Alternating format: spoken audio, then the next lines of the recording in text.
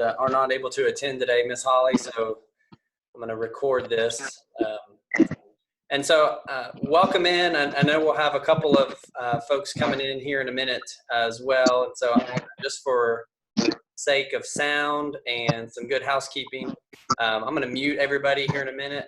And then, of course, if you want to come off mute and ask questions from Holly or engage, you're more than welcome to.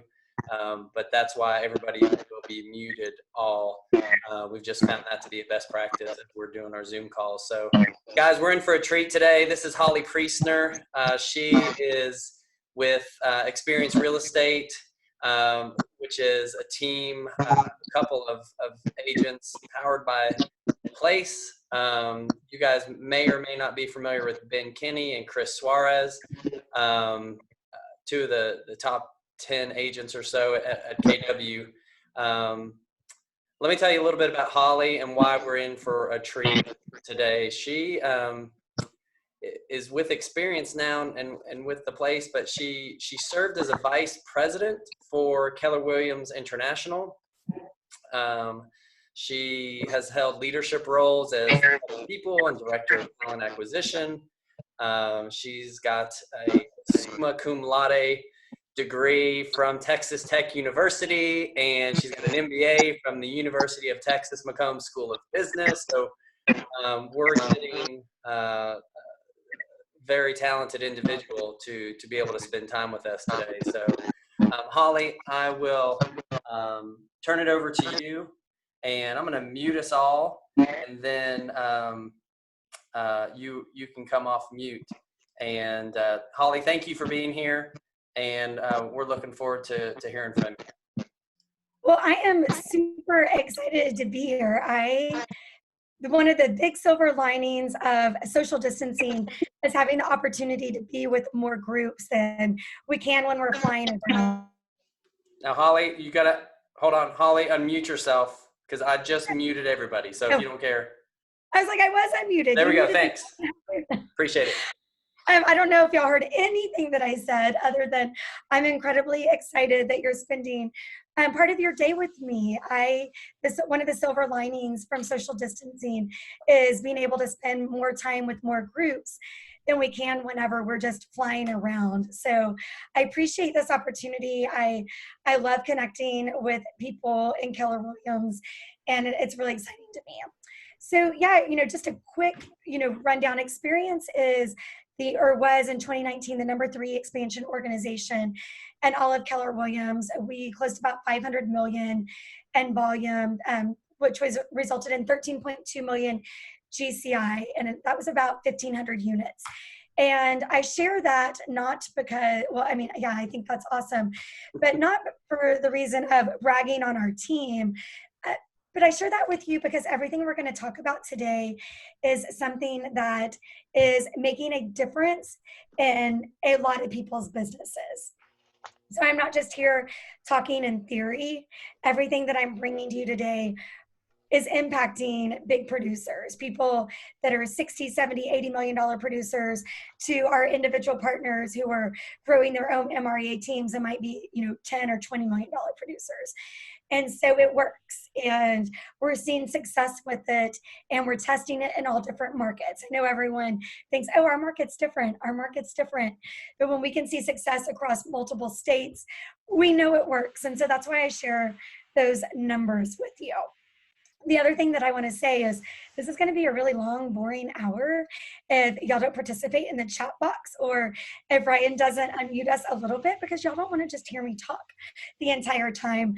So I encourage you to, type in ahas or questions, or if you want to talk, can they raise their hand, Ryan?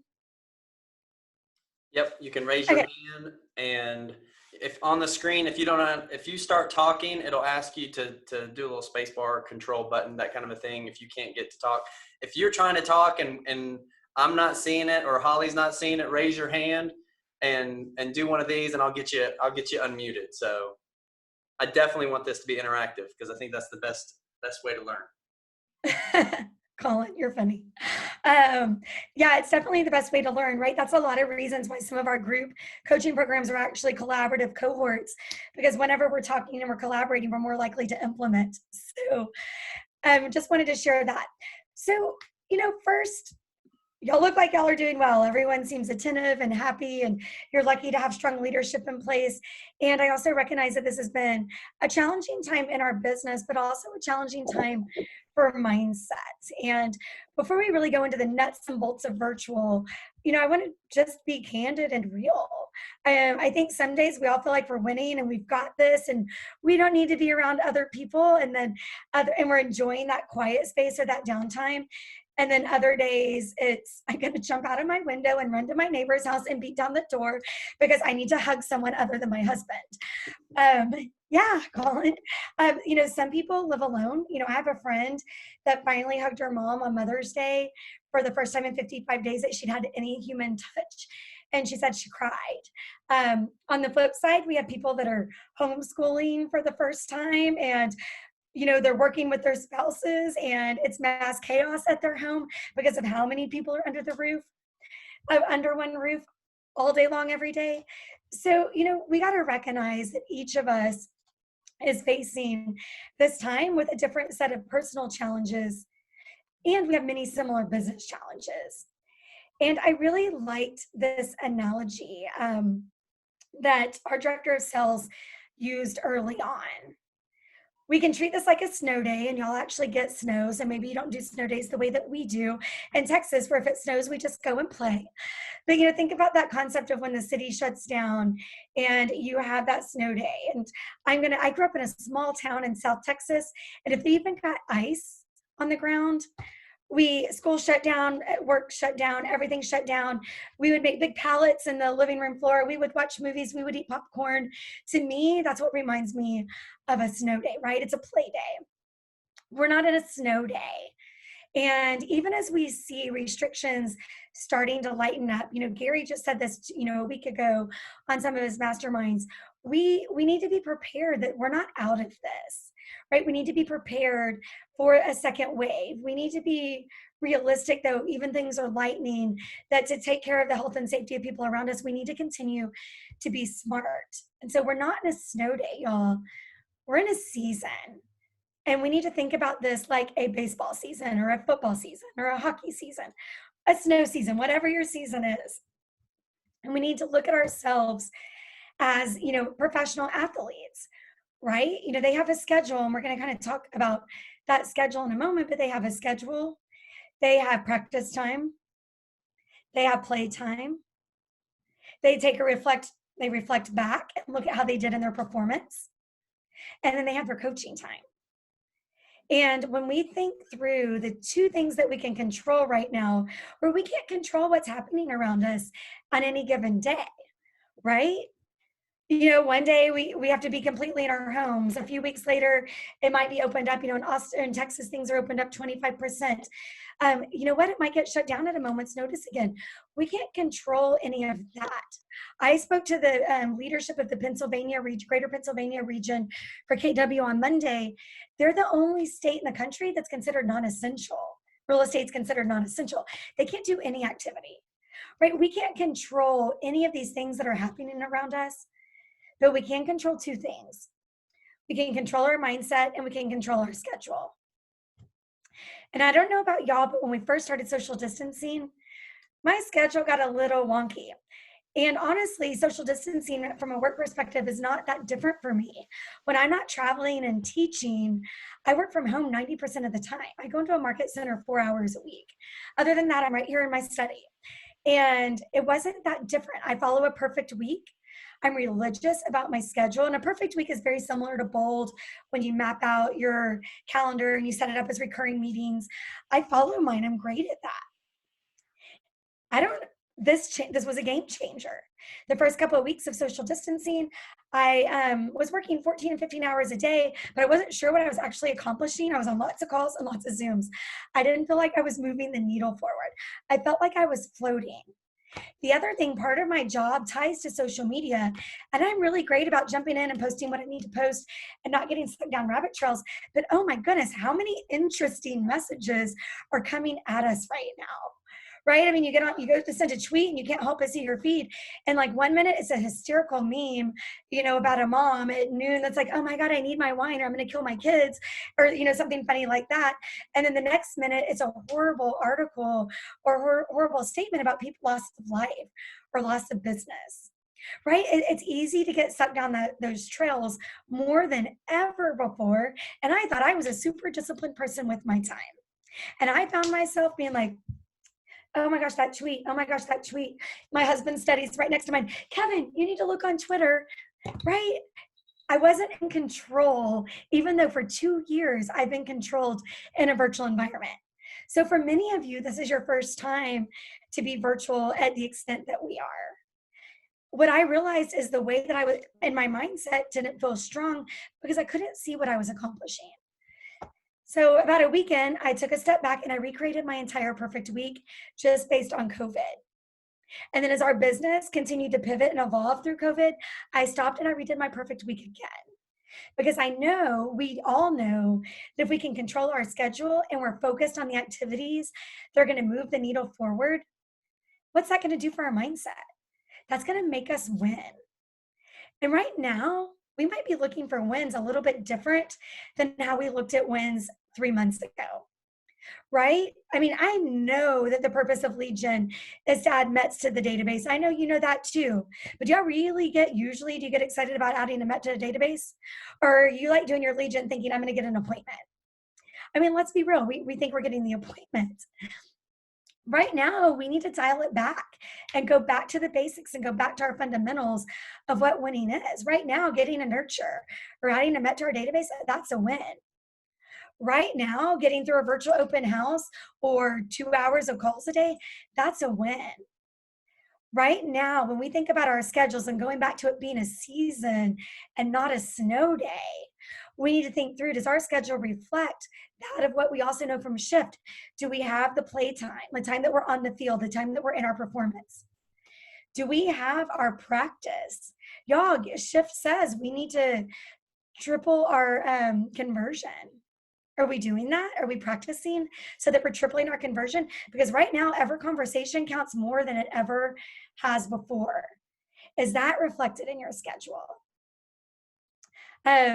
Is the training time? Script practice is one thing, but where are you doubling down on trainings? And clearly, if you're on this or you're watching the recording, you are, you're training, but is that reflected in that schedule? Because, right, if you stay on that schedule, y'all, that's a win, right? That's something we're celebrating. We need to celebrate every single win to keep that mindset right. And let's be real, we all like to check boxes. Like I get so excited to check the things off of my 411 every single week. I think that's awesome. I'm a person that loves my daily tracker because I'm like, oh, I got to check another box. That's a win. How are we looking at the fundamentals of wins right now so that we keep our mindset strong? And part of that training, in addition to the amazing stuff that Keller Williams is giving us right now, in addition to that, what are you reading? What podcast are you listening to really help your mindset in a different way? Right? How are you making changes? I love this. We've been studying a lot about crisis leadership. And one of the things that just keeps becoming evident is we have to change. I actually have a celebrity crush on Simon Sinek. That is my one celebrity crush. And yes, I know that is so dorky. But right out of the gate, he did a team meeting with his team and they recorded it. It was on Zoom and he put it out to the universe and maybe you saw it. But he said, our mission hasn't changed, but how we accomplish it has changed. That also means as leaders, we have to change the way that we're thinking, the way that we're acting, and who we're collaborating with. We have to wear different hats. And that really does lead to this virtual house concept and seeing success there, right? It's a change in how we're doing our business. But before we move in to that pivot and really get tactical on virtual open houses, do you have any questions or ahas or what's been working for you? Andy. Oh, Andy lit up, so I thought he was talking.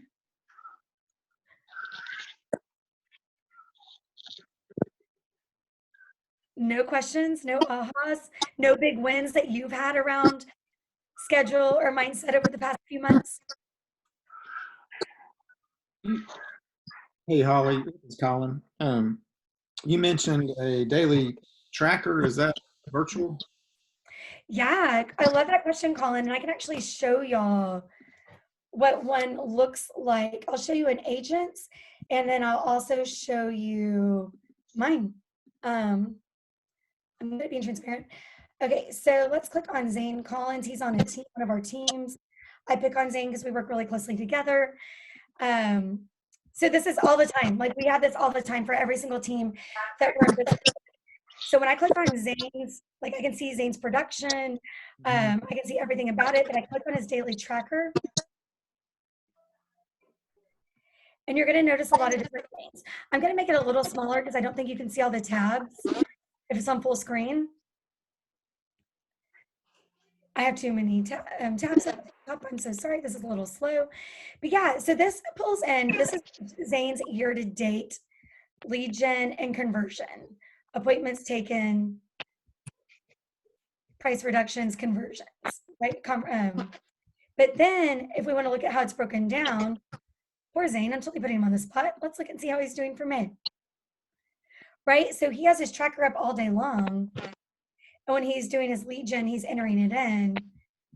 And then it pulls into that year to date. But what's even cooler is, right, I can see Zane's perfect week. I can see Zane's 411. I can see Zane's pipeline. He's the director of sales, so I can also see his talent pipeline, right? So that's his. Here's mine. There's my 411. Here is, I have all my 135s for my different roles in here. Actually, here's my May tracking. Actually, I shouldn't show you mine because there's confidential information in there, and my tracking sheet. But I say that in, right, like it's, you know, it's not just in a virtual environment. It works well in the virtual environment because you can see at any point in time that we have that every single day of the year, 365 days of the year, because it gives us a good understanding of a few things. Like number one, we know when agents are struggling, we can see where are they struggling. What scripts, let's use Zane as an example. He had been a buyer's agent for a long time. So whenever he stepped into the director of sales role, he took some listings over time, but he really liked buyers. And at first he's like, don't make me work with listings. And I'm like, you can work with whatever you want. But then he started figuring out as he was coaching and hiring agents that those listings were his leverage. And so then he got focused on listings, and we could see his conversion ratios change based on the script practice partners that he was getting or the coaching that he was getting, right?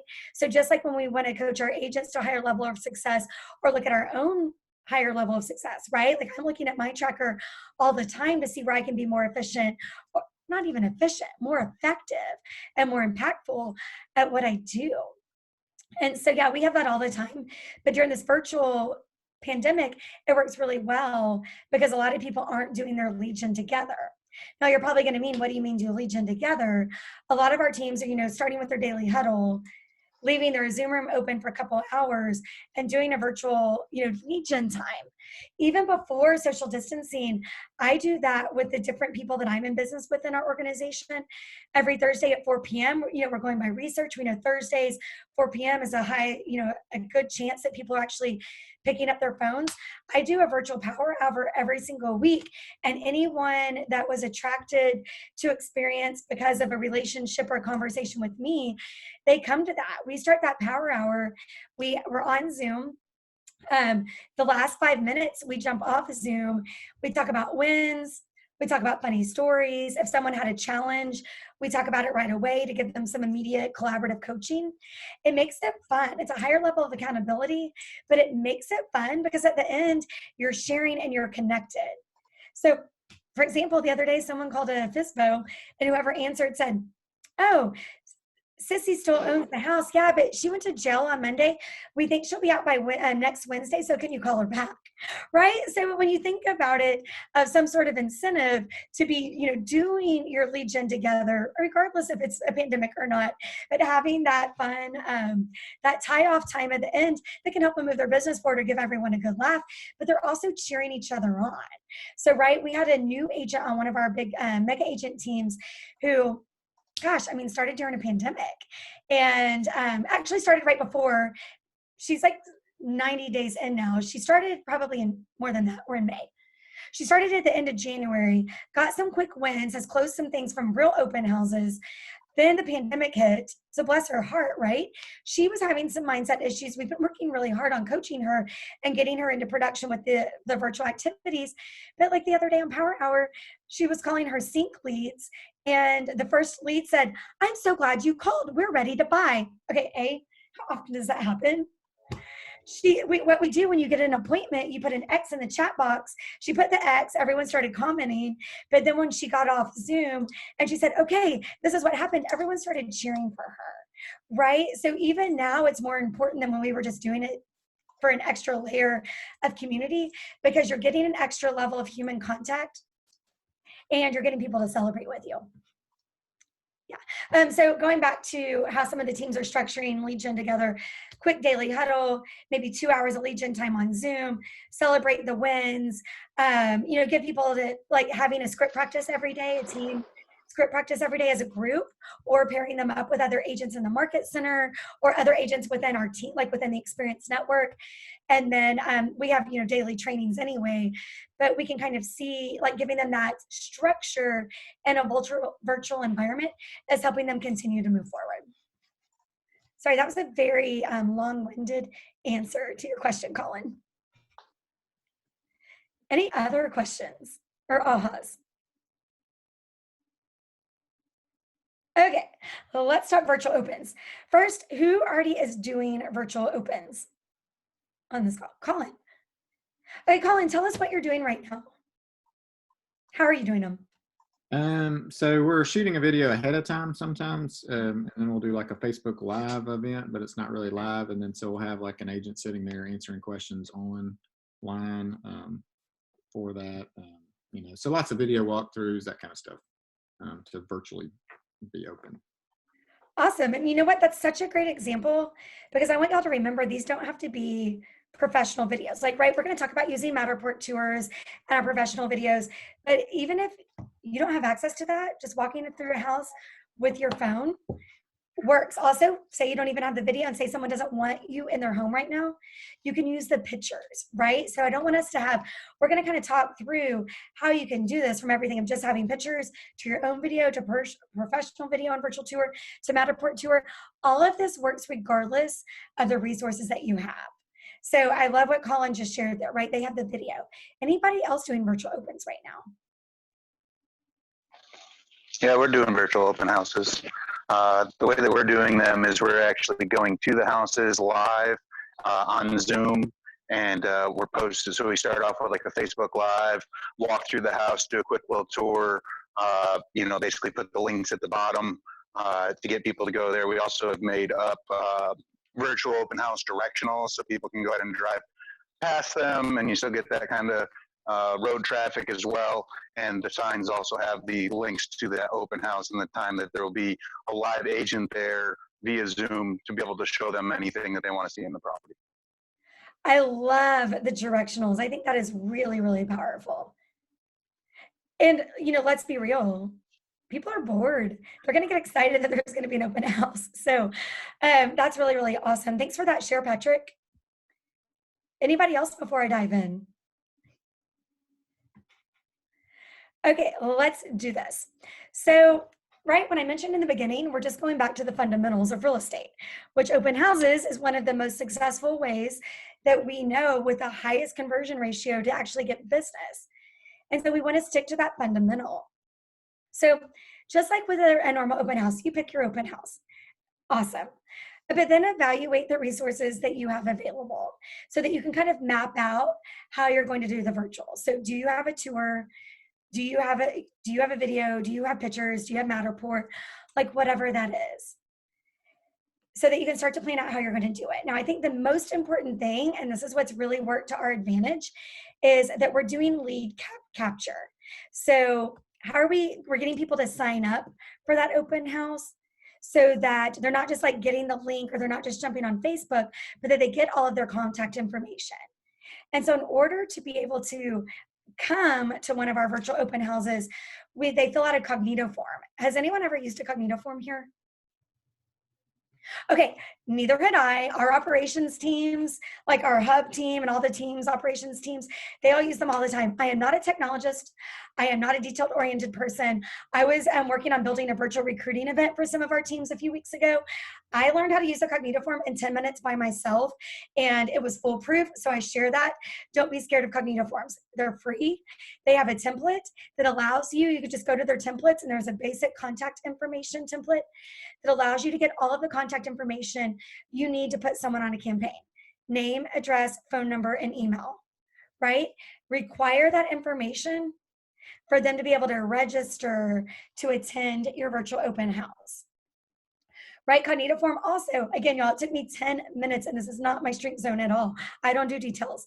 That cognito form then has an auto response that you can type out where you're like, hey, thank you for registering for 123 Main Street's virtual open house. Here is the link. See you at 2 p.m. on Saturday. Right, and that's where you can go in and put your Zoom link in. We've been using Zoom.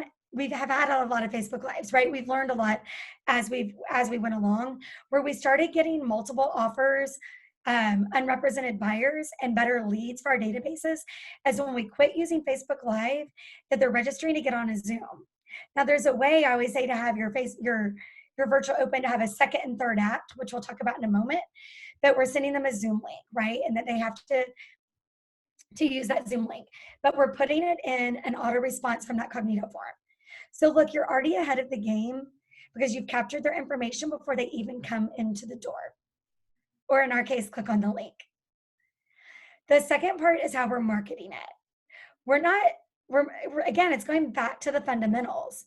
So in our organization, in our network, when someone is, following the open house model, we door knock 25 doors in open house. Okay, clearly we're not going to door knock right now. Yet we also call 50 people for each open house. So right now I would say we can't door knock, so call 100 people and tell them about the virtual open. Put it on your social media. Put it in forums for other agents. Go into the MLS, use the open house information, put it in there. Another thing to do is if it says click for virtual tour in that MLS listing, the weeks that you're having that virtual open, change that virtual tour link to the link to sign up for the virtual open house, right? Get more traffic that way. Ask the owner to post it in their next door. Also, ask your owner not to show up to the virtual open house, just the way you ask them not to show up to the real open house, but ask them to put it on their Facebook, right? My home's for sale. If you want to come to a virtual open house, here it is. Their own Facebook, their Nextdoor app, anything that's around their community that they're involved in, to be posting that. And then I'm going to challenge you, what other real estate related forums are you in that you should be posting that link? Any questions about marketing? Also your newsletter, right? It's great to put the upcoming virtual homes in your newsletter. And it really is a value add to your database because again, people are bored and they're like, oh, that's pretty. Who doesn't want to look at a beautiful home? But the other thing, it's showing your database that even in this pivot, you're still busy and that you're finding awesome ways to market, that you're a marketing genius, and that they know that if they list with you right now, that you're going to do a good job of getting their home in front of other people. So use your database. Okay, so now let's kind of talk about the fundamentals of when people come into the open house. So we're still doing them for, an hour and a half or 2 hours, right? Like leaving the Zoom room open, giving people time to come into the virtual open, just the way that we give them time to come into the open house when we're there physically. And what we do is as they come in, so maybe, and right, I pop into people's all the time, A, to show support, B, to to provide coaching feedback on them. So I'm a dork that gets into people's virtual opens all the time. So I've actually been a participant, right? So I'm bringing this to you as the model, and then I'm bringing this to you as someone that just keeps getting on them. And I sound like the biggest dork again, but I am, and it's okay. I get excited about our team. So whenever we get in those, whenever people start to come in, a lot of times people are coming in right at 2 o'clock, right when it starts, or right at 1 o'clock, at the start time. So as they get in, converse with them the way that you would a normal virtual open. So you could do a couple different things, like for your background. Recently, one of our agents made the living room, it's this beautiful luxury home, made the living room his background for his Zoom, the way that Ryan has the shift background right now. But like whenever you were talking, this agent's name is Zane Collins. Oh, whose tracker you just saw. Whenever Zane is talking to people as they're coming in, it's as if he's sitting in the living room, just as if they were walking into the home. And that was his background. So that's one way that you could do it. Another way, so maybe you don't have that awesome picture. Another thing that you can do is be on Zoom and have your screen share a really cool photo of the home or the Matterport floor plan or whatever it is. So that you're up at the top, people are starting to come in and you're just welcoming them. You know, hey Ryan, hey Colin, hey Courtney, so excited you came to this virtual open. We're gonna get started in just a minute. Meant to be interactive. We want to be talking to you just the way we would if you were in the home. You know, feel free to ask questions, but hey, just why don't y'all, type in the chat box, what brings you to this virtual open today? You know, hey, you know what? People come to open houses for a variety of reasons, and we're happy that they're here regardless of why. So is it that you're in the market for a home and this neighborhood's interesting to you? Or you live in the neighborhood and you're curious to see what other homes in the neighborhood look like? Or it's Saturday, you're tired of social distancing, and this is a nice deviation from what you would be doing. Or you just simply love homes and go to open houses all the time and you're excited about this offering. Which one is it? Talk to me, right? Have them, either talk or put it in the chat box, but engage with them right out of the gate so that they feel like it's a conversation and not just a presentation. You want them to ask questions. You don't want them just to get on and look at the house. You want them to ask questions about the title or the lighting or whatever it is. And the other thing that works really, really well is to bring market stats into the conversation. And I would bring overall market stats for your overall market, but also the market stats for that neighborhood. Give them the stats, but also tell them what that means for them. Right? So in your market, we're still in Austin, we still don't have enough inventory. It is a seller's market. We know that if something is listed, they're going to get multiple offers. I mean, it is insane about the lack of inventory. So when we share those market stats, how do we make it personal to whoever's on that Zoom? Right? So if it's just a neighbor who's nosy, we love nosy neighbors. And you start to talk about everything is selling, right? They might have the incentive that might be their time to trade up, or it might be their time to downsize, and they just didn't know the timing. So bring some market stats into the conversation and make it relatable to them. Why do they want to know? The next thing, then kind of get started. So start in the entryway, right? And say, like, if people start there and like, hey, you're entering into the foyer of 123 Main Street, go slow. So if you're doing the video yourself and then you're playing it back, walk through that house slowly, where you're capturing every nook and cranny. I mentioned getting multiple offers for virtual opens. That wasn't a one-hit wonder. That's happened multiple times in our organization. And that's because the agents are doing such a good job of showing the whole home. And wouldn't you rather get that multiple offer than have to go back, or an offer than have to go back to the home and show it? Right? It's pretty cool. So just make sure you're going slow. Bring out the details. Talk about how the space has been used or how it could be used. But walk through room by room. And it's great with Matterport because you can just kind of hang out in different areas and they can ask to see things again. But if you're doing a video tour or you're doing your photographs, like pause after every room, after you've shown every angle, and be like, okay, do you have any more questions about the utility room? Do you have any more questions about this bonus room that could be a fourth bedroom or could be a study? They're actually using it as a sewing room right now, right? I mean, make it, this house is alive, but give them the opportunity to ask questions. Now you're probably wondering, I have it open for 2 hours. The virtual tour has started. When you see someone pop on that's new, say, hey, Sherry, thanks so much for joining us on the upstairs game room. My Siri thinks that I'm talking to her. Hey, Sherry. Right now, we're in the upstairs game room. We're going to continue, and then we'll start over. Stay with us. We'll start the tour over as we get through the parts that you'll see right now. But just let them know, like, hey, we're glad you're here. Feel free to ask questions. This is a collaboration. You're wanting to see this house. We want to hear from you. We want your questions. So acknowledge them when they get on and let them know that they're going to see the tour again. The other thing that we found great success with is kind of showing what's also around the neighborhood. So we think, oh, people are primarily in my city. That's not necessarily true, right? A lot of out-of-town buyers have been coming, people that need to relocate amidst COVID. They're thankful for this opportunity. So we're also, standing in front of the house, doing a video of the neighborhood, maybe even driving down the street, going to nearby parks, schools, shopping centers, kind of the lake or whatever, like amenities, if it's a neighborhood with amenities, showing some of that as well so that they can get the overall picture of what it's like to live in that location. And like you've gone through the tour. Okay, great. Do we have any questions about the home? Talking about it. Okay, great. Now I'm going to show you what the neighborhood looks like and some nearby amenities. And push play on that video and talk through it.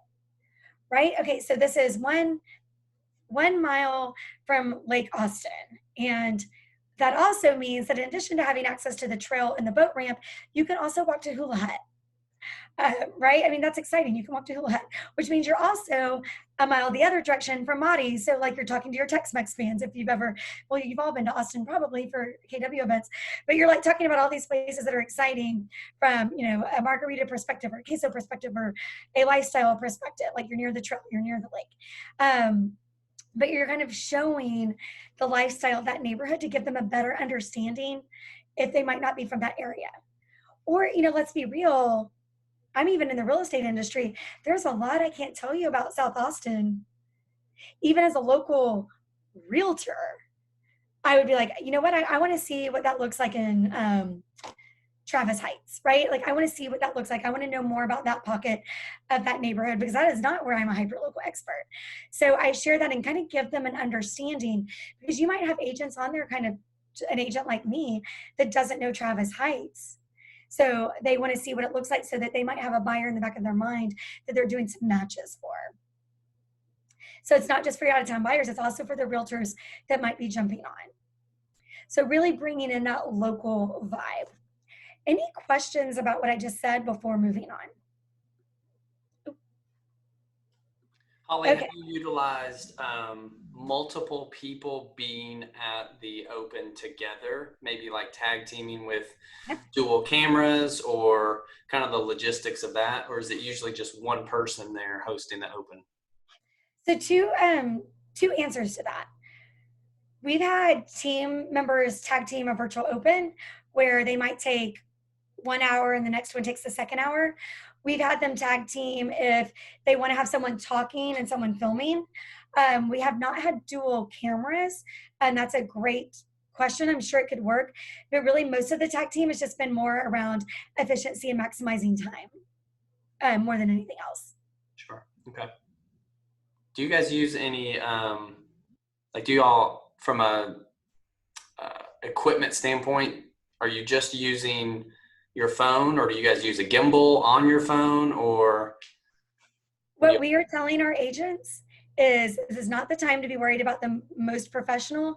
If you have, and we're fortunate, our price points are very diversified, but probably a third of our teams are high-end luxury. So they have Matterport tours. They have all of that. That's great. But for the people, I said a third of our teams, for the other 2/3, we're like, hey, what do you have available? So if you have a gimbal or you even have a video camera, or if we have one team that has their own Matterport camera, right? If they want to go in and be super professional, that's great. Or if they're used to hiring a videographer, that's awesome. But we also have agents that don't have that luxury, right?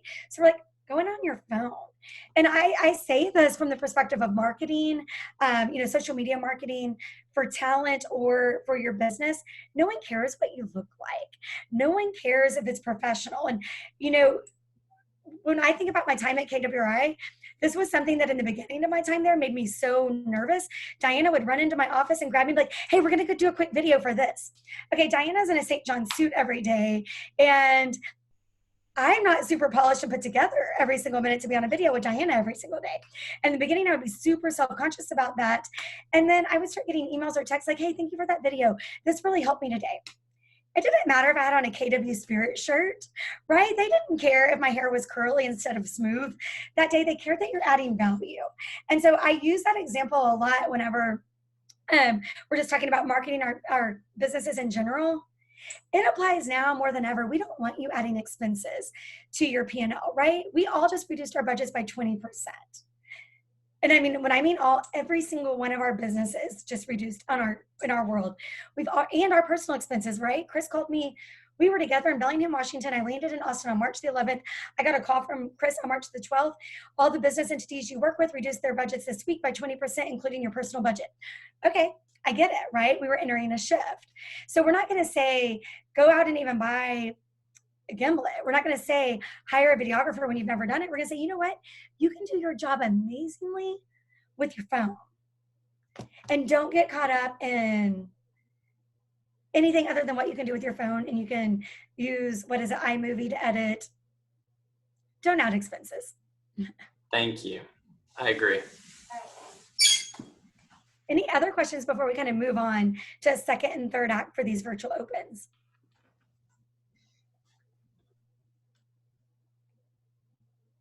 Okay, so talk about the second, third act. So right now, right, we want to use social media at a high level, without it being a distraction, without getting sucked down to the rabbit trails I described earlier. So whenever we talk about social media, I'll tell you this, people are paying attention to things differently. And your virtual opens are showing a different aspect of your business than what people normally see, you know, just listed, it just sold.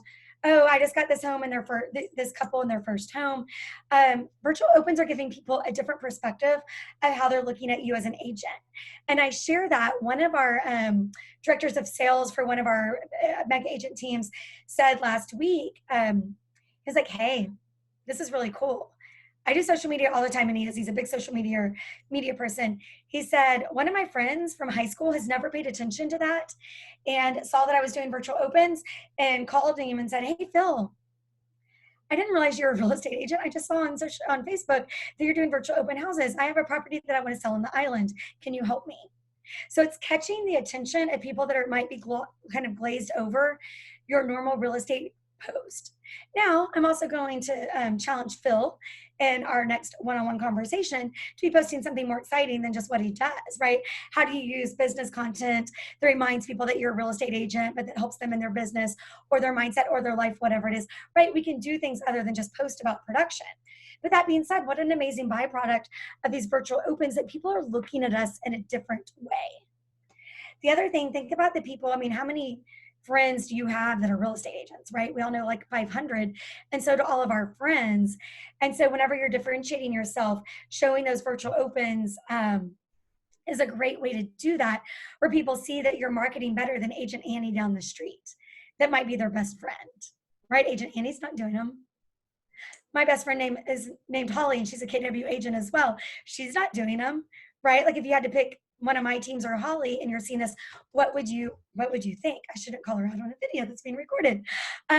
She's a phenomenal agent, but she's not doing virtual opens, right? So is that a differentiating factor? So for people that know multiple real estate agents. So how do you get these virtual opens that people have registered for a second act, right? So second act, that's when you can launch your Facebook Lives, right? Do a watch party, have a Facebook Live. That also gives you the ability to be in that chat and answering the questions because you're playing the video. And I don't mean the whole 2-hour video, but the first round of walking through the house, showing the amenities, talking about the stats. You're playing that, but then you're able to engage with the people that are chatting. It's also making it easier for you to share in different Facebook groups that you might be a part of. Or different pages. So maybe you're, yeah, what are you about to say? Can you just slow that down for just a minute? Because I think I may be having a mental block of just the logistics of playing that video from your Zoom, correct, that you've recorded? post it onto your Facebook, on your Facebook feed, but you're going live. Can you kind of walk us through? What I would do, there's a lot of ways to slice and dice it. And Yeah. you can even have Zoom go out to Facebook Live while you're doing the virtual open live. I don't recommend that because it doesn't allow you to engage with the people on the live Correct. as much, and there's a delay. The Right. way that I would do it that's easy, again, I'm about easy. You might have operations, you might not, but I want to talk like easy. The way I would do it is go live and hit play on the video. Right? Okay. So like go live, you have the video linked, hit play, you have the watch party, you go, and you can engage with people. But then you can then share that to other groups that you're in. And it makes it super easy. Okay. But and then you're engaging. So that's a second act. A third act is take that recording and put it in your newsletter. Right? So you're sending out to your database. Here are my coming soon virtual open houses. In case you missed them, here are the ones that we've had in the last week or the last 2 weeks, however often your newsletter is going out. So again, you're reminding your database how you're staying in production. You're sending them something that they're probably going to want to watch because everyone's nosy. Right? And I'm an agent. I get excited when other agents go into into real opens. Yet do I go into every open in my neighborhood even if I want to? No, I'm still self-conscious about that. Right? Like this gives people another way to look at it. You can also do some in case you missed it on Facebook or Twitter or Insta. Insta videos, right? Typically a little bit shorter, but you can be like, oh, link in my bio to see more virtual open, the full tour. But there's some fun things like to give it a second and third act. So you're not getting the lead capture, which that's the intent of doing the Cognito form and getting people to register. So you have the lead capture that's allowing you to maximize the time that you spent putting it together.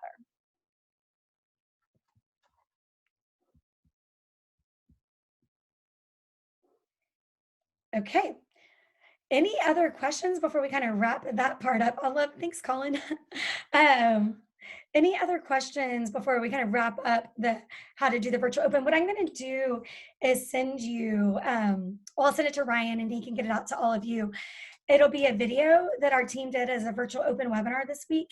I'm also going to send you a link to our Legion lever that we built out around virtual opens. And what I mean by a Legion lever, if you're not familiar with Chris Suarez, our whole network is built on, you don't do all the things. You pick one, you do it really, really well, and your business explodes. And so we have Legion levers, for like open houses, SOI, door knocking, FISBOs, expireds, that were all built around the top agents that specialize in those areas. So, right, we started with open houses because that's how Chris built PDX Property Group to be a true net $1 million team in just under 3 years that he was able to do that. So that's what I mean by Legion lever. So we like to make things simple. We know, especially, we do this all the time, but especially during a crisis, people need clarity and need steps, or they just get overwhelmed by details. So I'm also going to send you that virtual open house Legion lever that links you through exactly how we're training our teams to do them. So I'll get that webinar and that link to Ryan, and I can put my contact information in there. If you'll have more questions, I can put it in this chat box too. But yeah, and I think, I mentioned in the beginning, kind of like tying this all together. I mentioned when we first hit social distancing and COVID, I couldn't really figure out, how I was winning, right? I mean, things just looked different. I knew I needed to revamp my schedule so I could see how I was actually winning. But one of the things that was really, really important that really struck a chord with me is it was almost as if Chris was in my head, and we have a Friday partner call every single week, and it's for our entire organization, from $80 million producers and all of their team members to our individual partners who are 3 to 25 million. It's for everyone's operations, our virtual assistants, like everyone is on this. And Chris was talking about what's most important right now.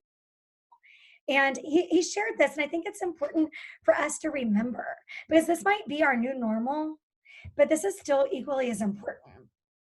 The most important focused activity that we can do right now is help somebody. right? I mean, this is not rocket science. It's the most important thing we can do is help someone. And if we feel like we're not winning or that we're struggling or that we're challenged and we need to celebrate wins, we just need to look back and think, did we help someone today? Because if we help someone today, then we won our day. And I think that that's what's most important. Sherry, love your question about my outline and notes. What I'm sending Ryan has better notes on the virtual open than I did. I can just add some of my notes about calendar, mindset, win the day. And yes, we can make sure to do that. Thank you. Of course, I love it that you want them. But just know what you're getting is going to be so much more helpful. Like, this is a great overview and introduction. The links you're getting are 5,000 times more powerful than anything that I shared with you today. Any other questions or ahs or anything else that I can help you with?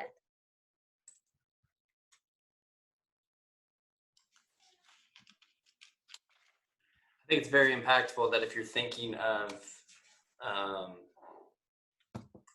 did you help someone today, and whether we are going to hold an open house virtually for a client, that is one, helping that client, and two, you don't know who it's helping. It might be helping the person out in Bellingham, Washington, or in Austin, Texas, who's looking to move to Johnson City. You might just be helping the neighbor across the street who has 3 kids and just can't happen to get across the street because that's when they're doing their lunch, or they've got things going on in the afternoon. And so I think it's a great way to look at your day. How many people did you help today? And if you did help people today, then you won the day. Thank you for sharing that. Yeah, well, and you might even help the person that's just hit the wall, right? And it was a great distraction. And so even that's like not really moving your database forward, but you helped someone even in a way that is important because people are hitting walls. Yeah, I like it. It's been great information. I really appreciate it. It really was not what I thought a virtual open house was. It's so much more, and I'm excited to implement and get one on the schedule. Thank you for sharing that, Sherry. I'm so glad. And again, I didn't create any of this. I just work with amazing people and I get to deliver. So credit goes to John Powers, our director of sales, who also leads Chris's Home Team PDX Property Group. This was his brainchild, and it was probably put together within 2 weeks, right? The first week, we just told everyone, go do virtual opens on Facebook Live because we want to show that we're strong and that we're moving forward and that we're out there. And then within 2 weeks, we had this completely built out. And so just an amazing, phenomenal leader. And I'm appreciative to get to have John as a very close friend and colleague. So I'll pass along what you said. Thank you.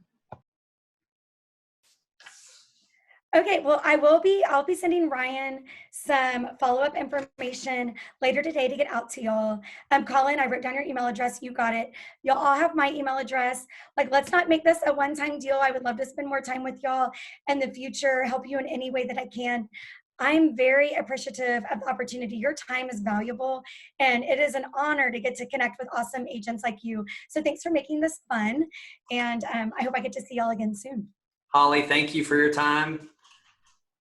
I need Thank you. everybody. You can share your thanks and your gratitude. Thank you, Holly. We don't need that. Thank you. Thank you. Have a great day, Holly. Thank you. Thanks for joining us. Thank you.